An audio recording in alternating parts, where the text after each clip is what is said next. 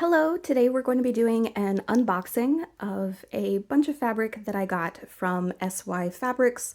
This is not sponsored. I spent my own money to get these, but since fabric.com shut down, a lot of cosplayers have been looking for alternatives for places to buy fabric online, so I thought I would make a video. The envelope on top, I went ahead and opened it because I didn't know if it was going to have any personal information, but it did not. And what is in here is their business card and 2 swatches that I ordered from them. I didn't want to just go ahead and buy fabric for these since these are wool and they were a little bit more on the pricier side, so I just got swatches of those, but the rest are going to be 1 yard or larger pieces. One thing I should point out is that they raised their minimum for free shipping. It used to be $200 and now it's $300, which is a lot.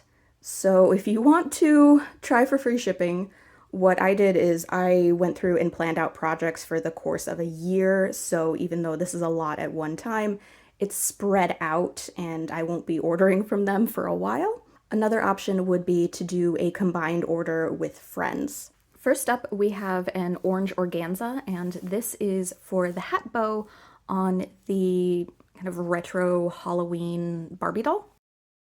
Next we have black chiffon and black organza. These are, again, for a Halloween costume, but this time is a simplicity pattern based off of a vintage design. Next up, we have a white lace.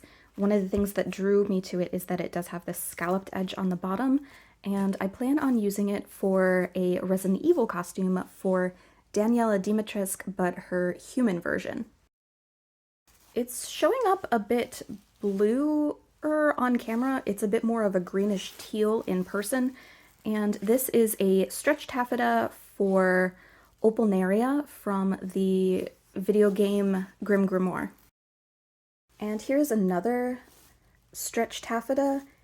The color isn't showing up the great, well, okay, now it is a little bit, now that I've moved it around. It is for the dancer costume for Byleth from Fire Emblem. And keeping going with the stretch taffeta, this is a purple, okay, that's a bit closer to the color. Purple stretch taffeta. I plan on using it for Princess Zelda, the tabard that she has in the front, and I think I got some extra just because I really like this color. It's not showing up the best on camera. It's a bit more blue, but in person it's a bit more purple. Now we've gotten to the last of the stretch taffetas in just a plain white, and this is again for a Fire Emblem costume, this time for Rhea. Moving on to the regular taffetas. These are a bit thin, which is why I like the stretch taffetas a bit more. They've got more weight to them and they just don't feel as flimsy, I guess, without having a better word for it. But this is a light purple, and this is for another Halloween costume, this time for Nami from One Piece. Also in plain taffeta, here is a white plain taffeta for lining various garments. This one has a spot on it. It's near the selvage, so I'm wondering if it's a manufacturer defect rather than the company itself, and thankfully it is on the selvage, so I can cut around it, but this is the first time I've had fabric from them be damaged before. These next 2 materials are their heavier weight taffeta, so while it is a bit on the thinner side, it definitely has more crispiness to it than the previous taffetas. And this one is a black and white alternating weave to it to create this gray. And this I got to use for Nana, her wedding outfit from a magazine cover. Instead of black and white, this one is a red and white weave, and it is a bit more of an obvious red shift in one direction, though it looks a bit pinker on camera, and that's why I purchased it, is because I thought it was going to be a bit pinker, but it will still work, and I think it'll still look really nice. This is for that same Daniela Dimitrescu dress. Moving on to the satins, this is a navy blue matte satin. that is a bit darker in person. It's showing up a bit more of a royal blue on camera, but in person it's a lot closer to a navy.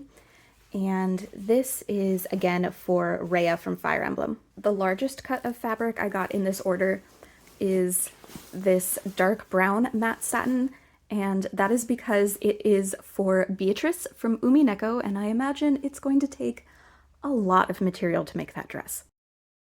Instead of being just a regular matte satin, this is their stretch matte satin, which I haven't ordered before, and I really like it. It's really nice.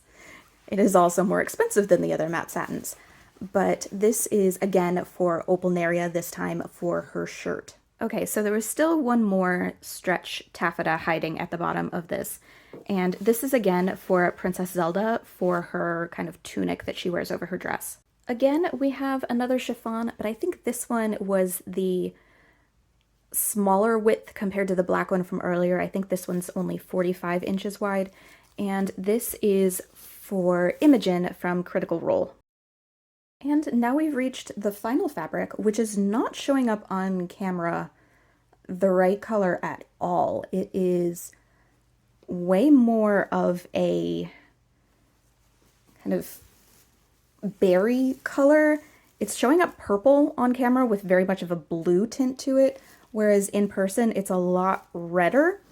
And this is their, I think it's the Shanting. It's really shiny on the main side, so I may end up using the back side of it. So it's got this nice texture to it, and I wanted something with texture because the main dress I'm planning on using it for is a little bit on the plainer side, and it is the Rapunzel-inspired Halloween costume for Mitsuri from Demon Slayer. Okay, when I put the chiffon back on the box, it's making the fabric look a bit more of its real color. So as you can see, it's a lot more of a reddish tone purple instead of that blue that it was showing a moment ago. So this was my haul from SY Fabrics. Again, not sponsored, I just thought it might be useful if you're looking for fabric alternatives online. Let me know in the comments below if any of these costumes you're excited to see me make, and thank you so much for watching!